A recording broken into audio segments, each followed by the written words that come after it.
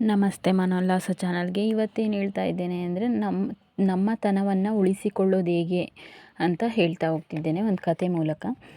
ಅದೊಂದು ಗುರುಕುಲ. ಗುರುಗಳು ಪ್ರಾಣಿ ಪಕ್ಷಿ ಗಿಡ ಮರಗಳ ಬಗ್ಗೆ ಸಹವರ್ತಿಗಳ ಬಗೆಗೆ ಕಾಳಜಿ ವಹಿಸಬೇಕೆಂದು ಶಿಷ್ಯರೊಂದಿಗೆ ಸದಾ ಹೇಳುತ್ತಿದ್ದರು.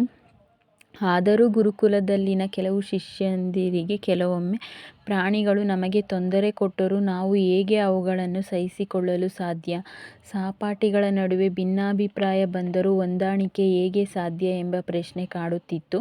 ಶಿಷ್ಯಂದಿರ ಈ ಮನಸ್ಥಿತಿಗೆ ಪುಷ್ಟಿ ನೀಡುವಂತೆ ಒಂದು ದಿನ ತೋಟದಿಂದ ಬಾಳೆಗೊನೆ ತಂದು ಗುರುಕುಲದ ಒಳಗೆ ಇಟ್ಟದ್ದನ್ನು ಕೋತಿಯೊಂದು ನೋಡಿತ್ತು.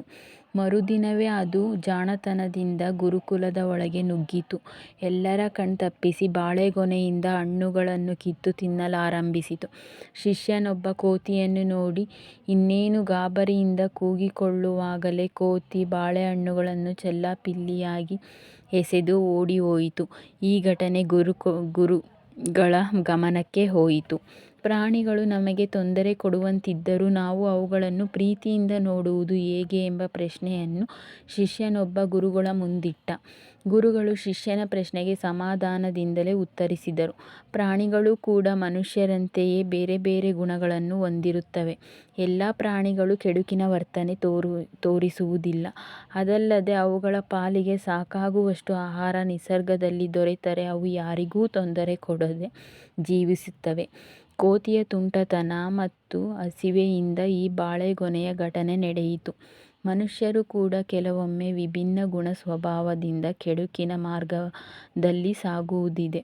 ಒಳಿತು ಕೆಡುಕುಗಳ ನಡುವೆ ನಮ್ಮತನವನ್ನು ಉಳಿಸಿಕೊಂಡು ಹೋಗುವುದರಲ್ಲಿ ಜೀವನದ ಯಶಸ್ಸು ಅಡಗಿದೆ ಎಂದರು. ಪ್ರಾಣಿ ಪಕ್ಷಿಗಳ ಗುಣಗಳಲ್ಲಿ ವ್ಯತ್ಯಾಸ ಇರುವಂತೆ ನಾವು ಮನುಷ್ಯರು ಕೂಡ ಬೇರೆ ಬೇರೆ ಗುಣಗಳನ್ನು ಹೊಂದಿರುತ್ತೇವೆ. ವ್ಯಕ್ತಿಯೊಬ್ಬ ಸಮಾಜಕ್ಕೆ ಘಾತುಕವಾಗುವಂತೆ ವರ್ತಿಸಿದರೆ, ಕೋಪತಾಪಗಳ ವರ್ತನೆ ವ್ಯಕ್ತಪಡಿಸಿದರೆ ಆ ವ್ಯಕ್ತಿ ಬಗೆಗೆ ನಾವು ಸದಾ ದೋಷಾರೋಪಣೆ ಮಾಡುತ್ತಾ ಕುಳಿತುಕೊಳ್ಳುವುದರಲ್ಲಿ ಅರ್ಥವಿಲ್ಲ.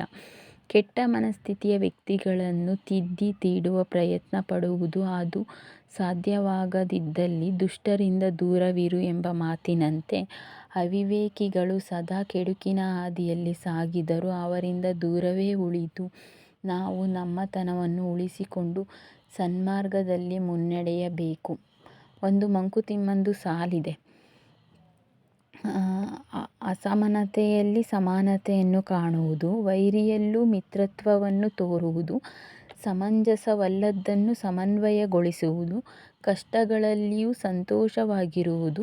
ಈ ರೀತಿಯ ಗುಣಗಳು ಬೆಳೆಸಿಕೊಳ್ಳುವುದೇ ಯೋಗ ಎನ್ನುವುದು. ಇತರರ ಅವಿವೇಕದ ವರ್ತನೆಗಳ ಬಗ್ಗೆ ಅತಿಯಾಗಿ ಗಮನ ಹರಿಸದೆ ನಮ್ಮದೇ ಆದ ಸುವಿಚಾರದ ನಡೆನುಡಿಗಳಿಂದ ಬದುಕನ್ನು ಅರ್ಥಪೂರ್ಣಗೊಳಿಸಿಕೊಳ್ಳೋಣ.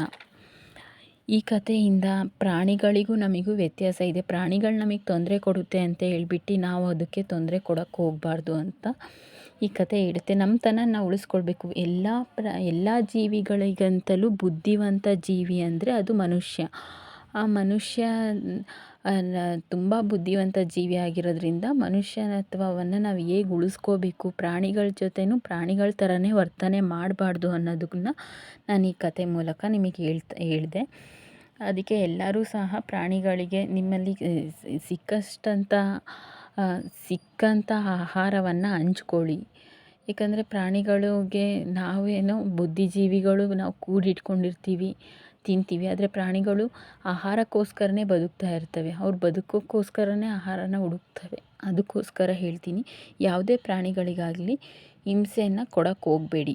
ನಮ್ಮತನ ಏನಿದೆ ನಾವು ಅದನ್ನು ಉಳಿಸ್ಕೊಳ್ಳೋಣ ಅಂತ ಹೇಳ್ತಾ, ನನ್ನ ಚಾನಲ್ ನಿಮಗೆ ಇಷ್ಟ ಆದರೆ, ನನ್ನ ಕಥೆಗಳು ನಿಮಗೆ ಇಷ್ಟ ಆದರೆ ದಯವಿಟ್ಟು ನನ್ನ ಚಾನಲ್ನ ಸಬ್ಸ್ಕ್ರೈಬ್ ಮಾಡ್ಕೊಳ್ಳಿ. ನನ್ನ ಚಾನಲ್ಗೆ ಲೈಕ್ ಮಾಡಿ, ಕಾಮೆಂಟ್ ಮಾಡಿ. ಧನ್ಯವಾದಗಳು.